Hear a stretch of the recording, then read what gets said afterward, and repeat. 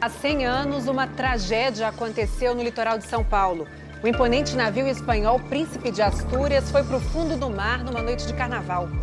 O naufrágio daquele que ficou conhecido como Titanic brasileiro até hoje está envolvido em mistério. O que se anunciou como acidente pode ter sido, na verdade, o desfecho inesperado de um plano criminoso. 1914. O Príncipe de Astúrias é construído para ser o navio mais luxuoso, mais potente, mais moderno da Espanha. O objetivo era fazer viagens entre Barcelona, na Espanha, e Buenos Aires, na Argentina, levando carga e passageiros com requinte. E o navio cumpriu bem essa missão algumas vezes. Mas na sexta viagem a Buenos Aires, em 1916, o inesperado aconteceu. O imponente Príncipe de Astúrias afundou aqui no Brasil depois de bater em rochedos em Ilhabela, litoral norte de São Paulo. O Príncipe de Astúrias trazia ouro, joias e, segundo pesquisadores, mais de 1.500 pessoas. Entre elas, europeus fugindo da Primeira Guerra Mundial. Mas apenas cerca de 180 sobreviveram. Os números são comparados aos do famoso Titanic, que afundou 4 anos antes. Ontem, o acidente do Príncipe de Astúrias completou 100 anos. Há quase 50, o mergulhador Giannis dedica a sua vida a entender essa história. Eu fiz essa pesquisa há mais de 40 anos e fui querendo eliminar tudo que aparecia para ver chegar na realidade, né? A pesquisa virou um livro lançado ontem que chega a uma conclusão surpreendente. Um crime pode estar por trás do maior naufrágio da história marítima brasileira. A hipótese mais concreta é que esse navio foi desviado, passou pela ilha de Búzios e Vitória, parou do lado, descarregaram um material valioso. Depois, na hora de sair, acho que o imediato que tinha assumido o comando se perdeu e bateu na ponta Pirabura. Esse tal material valioso que o Gene está falando é valioso mesmo. Eram 11 toneladas de ouro, joias e 40 milhões de libras esterlinas em dinheiro vivo. A nova teoria é a seguinte: sem avisar a nenhum dos tripulantes, uma noite antes do naufrágio, o navio fez uma parada misteriosa no arquipélago de Ilhabela. Ali, enquanto todos dormiam, teriam sido descarregadas as riquezas, para depois serem levadas a outro navio, possivelmente argentino. E o mais impressionante, tudo planejado pelo capitão. A ideia era que o Príncipe de Astúrias chegasse a Buenos Aires intacto, mas depenado.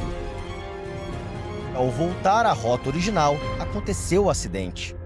O naufrágio foi bem nessa direção, só que a 12 quilômetros desse ponto que nós estamos, que ganhou o nome de Praia das Caveiras. Isso porque, segundo os historiadores, durante muito tempo, a todo momento, chegavam cadáveres aqui. Só 2 pessoas teriam conseguido chegar até essa praia e saíram daqui com vida. Uma dessas 2 pessoas foi o avô do Isidoro, outro apaixonado pesquisador dessa história. O avô dele era engenheiro elétrico do navio e veio parar nessa ilha depois de sobreviver ao naufrágio. Pela primeira vez, o espanhol, que desde criança ouvia as lendas do Príncipe de Astúrias, visitou o local. Uma certa emoção e uma certa nostalgia. Talvez ali, por exemplo, naquela pedra, esteja o cadáver de um náufrago que foi enterrado pelo meu avô. Isidoro conta que o avô e um amigo ficaram 9 dias sozinhos nessa ilha. Eles bebiam água dessa mina e comiam ostras e peixes que vinham com a maré. Mas o mais difícil foi chegar até a praia. Era uma tormenta horrível, chovia muito e tudo parecia ir contra ele. Quando ele já estava cansado de nadar, quase desistindo, ele conseguiu encontrar uma caixa de madeira cheia de cortiça. Ele se agarrou nessa caixa e depois de 2 ou 3 horas, ele encontrou outro náufrago. Só 18 horas depois é que eles chegaram aqui nessa praia. O Isidoro escreveu o livro dele, que o avô dele presenciou, era tripulante do navio. Depois veio a minha pesquisa, junto com a escrita do Isidoro, veio a compilar uma ideia só. Então foi criminoso o naufrágio.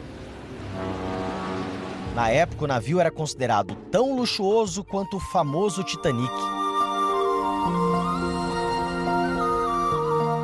Quem viu o filme se lembra, salões decorados, jantares e bailes de gala. Mas, ao contrário do Titanic, na noite do naufrágio, o Príncipe de Astúrias não tinha comandante. O capitão desaparecido. Não encontraram nada do capitão, nem o chapéu. Desapareceu completamente. Desaparecido.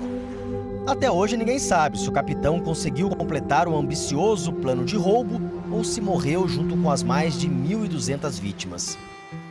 Sobreviventes como o avô de Isidoro foram poucos, menos de 200.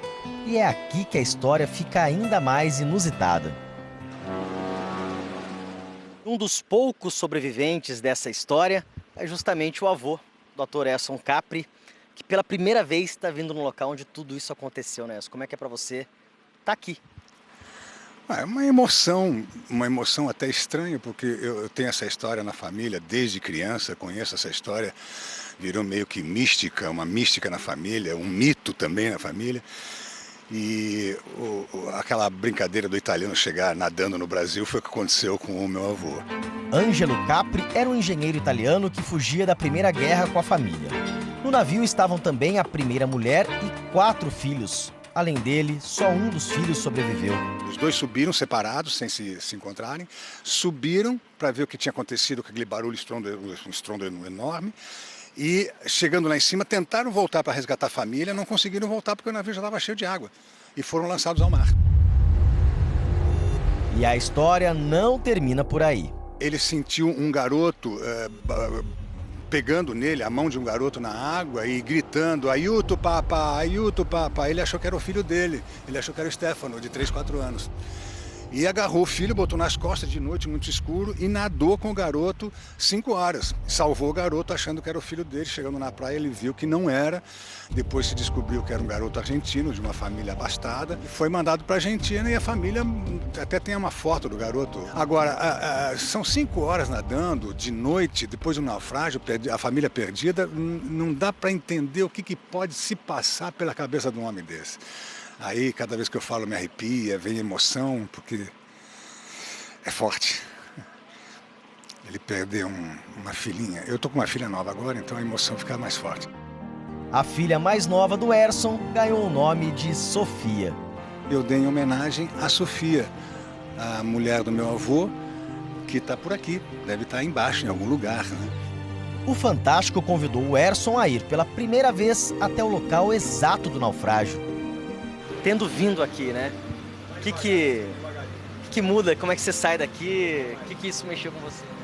Eu fico muito feliz de ter participado disso, né?